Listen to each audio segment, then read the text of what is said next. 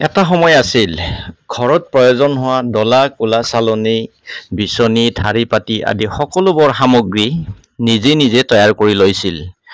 মানে প্ৰতিটো ঘৰৰ মানুহে এনে সামগ্ৰী তৈয়াৰ কৰিবলৈ জানিছিল। জীৱন চলাই নিবলৈ কামবোৰ জ্যেষ্ঠসকলৰ পৰা শিকি লৈছিল। জ্যেষ্ঠসকলেও এনেবোৰ কাম কনিষ্ঠসকলক শিকাবলৈ পাই এক প্ৰকাৰ গৌৰৱেই অনুভৱ কৰিছিল। তেনেদৰেই এসময়ৰ গুৰুত্বপূৰ্ণ কুটীৰ শিল্প মানুহে প্ৰজন্মৰ পিছত প্ৰজন্ম ধৰি জীয়াই ৰাখিছিল। চৰকাৰে এই কুটীৰ শিল্পবিধক আধুনিক সা-সুবিধাৰে আগুৱাই নিব লাগিছিল। যদিও সম্পূৰ্ণ বিপৰীত এখন দুখজনক ছবিহে দেখিবলৈ পোৱা যায়। আচলতে প্ৰাচীন শিল্পবিধক ধৰি ৰাখিবলৈ যুৱ প্ৰজন্মও আগ্ৰহী নহয়। অৱশ্যে যুৱ প্ৰজন্ম আগ্ৰহী নোহোৱাৰ কাৰণো আছে। বৰ্তমান এখন ডলা তৈয়াৰ কৰি উলিয়াবলৈ সময় লাগে 4 দিন আৰু এই ডলাখন বিক্ৰী কৰি লাভ কৰে মাত্ৰ 2ৰ পৰা 300 টকা। সময়ৰ খৰচৰ বিপৰীতে উপাৰ্জন। এই অংকটোৰ লাভ লোকচানৰ হিচাপ নিকাচ কৰি উলিয়াবলৈ তেনেই সহজ। ইয়াৰ পিছত যুৱ প্ৰজন্ম এই শিল্পবিধৰ প্ৰতি আগ্ৰহী হ'ব কেনেকৈ?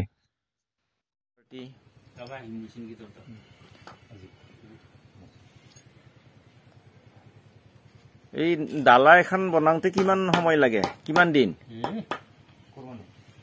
লাভ নাই দিয়ক। মানে হাজিৰা কৰে ভাল। হাজিৰা কৰিলে দিনত 300 কি পায়। ইয়াৰ কি যদি 4 দিন 5 দিন লাগবে একে কৰাই কৰিলে ধীৰে ধীৰে কৰিলে খৰচাৰ কম নৰা। আৰু ডালাখনৰ দাম কিমান হ'ব? 250। একো নাই সেইকাৰণে আজিৰ যুগৰ প্ৰজন্মই নিশিকে আৰু আমি দাম দিবা ভয় কৰোঁ কাৰণে এই কুটিৰ শিল্পটো মৃত্যু হ'ব। ইয়াত আৰু এখেতে 250 কৈছে কিনবা হাতয় আৰু 200 টকা যাচিব। 50 টকা কমাই দিব। 50 টকা কমাই দিব। গতে এনেকুৱা কাম এনেকুৱা কুটিৰ শিল্প হল বুলিয়ে নতুন প্ৰজন্মই কি শিকিব? য'ত পইচাই নাই। পইচা নাই এইটো। পইচা নহলে কাম নকৰে। এটা পইচা নাথাকা কামটো নহবই আৰু।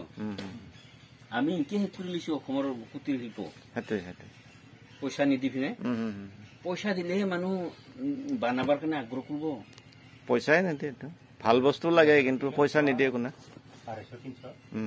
250-300 একোই নহয়। 5 দিন যায় এখন ডালা তৈয়াৰ কৰোতে। 5 দিন যায়।